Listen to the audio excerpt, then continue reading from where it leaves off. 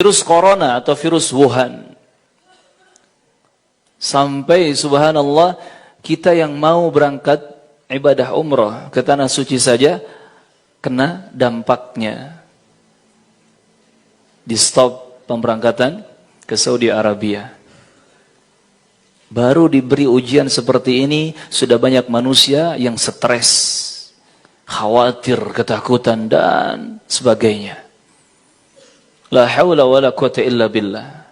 Sampai-sampai mereka sibuk memikirkan bagaimana caranya agar selamat, agar sembuh, agar terhindar dari virus yang katanya mematikan ini. Yang sibuknya mereka mengurusi virus yang satu ini sampai-sampai mereka lupa untuk menjalankan syariat Allah Azza wa Jalla. La haula wala quwata illa billah. Maka seharusnya kita lebih memantapkan keimanan kita, di mana kita lebih memikirkan agama kita, lebih memikirkan virus yang lebih dahsyat, yang justru membinasakan tidak hanya dunia tetapi akhirat kita, yaitu virus atau penyakit-penyakit yang menimpa agama dan keimanan kita. Seperti misalkan penyakit wahan, hubbud dunya wa karahiyatul maut. Kata Rasulullah, penyakit wahan ini akan menggerogoti umat di akhir zaman, yaitu hubbud dunya wa karahiyatul maut. Cintanya seseorang terhadap dunia dengan kecintaan yang begitu besar dan dia benci dengan kematian. Maka memang kita harus waspada ketika ada virus atau penyakit yang mungkin itu bisa menular dan mematikan manusia. Namun jangan terlalu berlebihan. Jangan terlalu berlebihan. Jangan bersikap seakan-akan kita ini nggak punya Allah. Jangan bersikap dan berpemikiran seakan-akan kita ini nggak punya tauhid.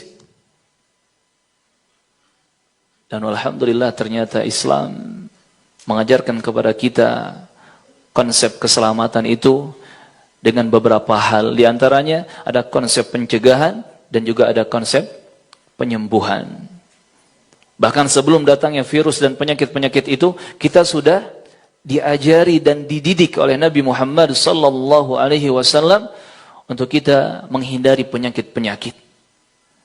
Contoh misalkan dalam hadis yang sahih Nabi mengatakan, siapa yang di pagi hari memakan kurma ajwah minimal 7 butir kurma ajwah, maka di hari itu dia akan terhindar dari racun-racun dan sihir-sihir.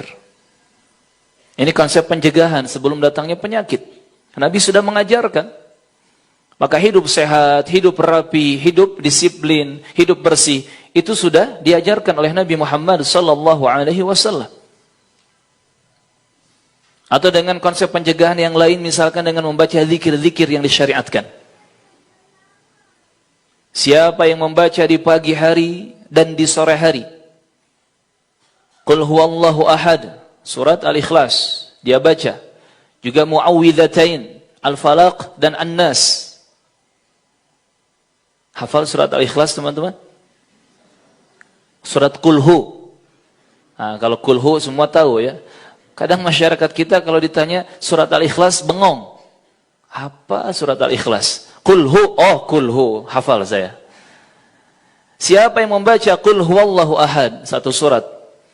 Qul a'udzu birabbil falaq, satu surat. Qul a'udzu birabbin nas, satu surat. Dibaca 3 surat ini 3 kali. Di pagi dan di sore hari. Maka dia tidak akan terkena bahaya. Atau dia akan terhindar dari apapun yang bisa mencelakainya. Subhanallah. Belum lagi ada zikir. Bismillahilladzi la yadurru ma'asmihi syai'un fil ardi wala fis sama' wa huwas sami'ul alim. Siapa yang membaca zikir ini di pagi dan sore hari, Bismillahilladzi la yadurru ma'asmihi syai'un, dengan nama Allah, yang dengan nama Allah, jika disebut nama Allah, maka tidak akan ada yang bisa membahayakan sesuatu apapun di langit ataupun di bumi. Wa huwas sami'ul alim. Dan Allah itu maha mendengar, maha mengetahui segala sesuatu. Dibaca zikir ini 3 kali minimalnya di pagi dan sore hari, maka Allah akan berikan pelindungan untuknya dari segala sesuatu yang membahayakannya. Ini contoh-contoh konsep pencegahan yang diajarkan oleh Nabi Muhammad sallallahu alaihi wasallam. Maka kalau kita sudah ngaji tauhid, ngaji sunnah ajaran Nabi Muhammad sallallahu alaihi wasallam, bahkan kita rutin membaca zikir pagi, zikir petang, kita juga rutin membaca Al-Quran, baik itu bahasa Arabnya atau terjemahannya, kita belajar tajwidnya ataupun tafsirnya, kita pun rutin menjaga zikir setelah salat wajib, maka tak perlu kita khawatir berlebihan dengan sebuah virus atau penyakit ataupun wabah dan musibah yang sifatnya duniawi.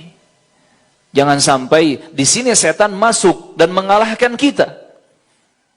Karena kita terlalu berlebihan memikirkan satu virus duniawi ini, akhirnya kita lupa dengan hak-hak yang harus kita tunaikan kepada Allah Azza wa Jalla. Lupa dengan tugas-tugas akhirat kita. Lupa untuk menjalankan agama Islam yang mulia. Jangan sampai teman-teman. Maka hasbunallah wa ni'mal wakil, cukuplah Allah bagi kita sebagai penolong, karena Allah adalah sebaik-baik penolong, dan semua pertolongan hanya datang dari Allah Subhanahu wa taala. Ingat, tanpa Allah Azza wa Jalla kita ini bukan siapa-siapa. Tanpa Allah Jalla Jalaluh kita tidak punya apa-apa. Tanpa Allah Tabaraka wa taala kita pun tidak bisa apa-apa. Maka apapun masalahnya, apapun virus dan wabahnya, fafirru ilallah. Larilah kalian semua kepada Allah Subhanahu wa taala. Lari kepada Allah Subhanahu wa taala dengan kita minta ampun kepada Allah, karena musibah itu datang karena dosa-dosa kita juga. Dan mintalah pertolongan kepada Allah Subhanahu wa taala, karena Allah sebaik-baik pihak untuk kita mintai pertolongan. Fallahul musta'an, hanya Allah yang dimintai pertolongan.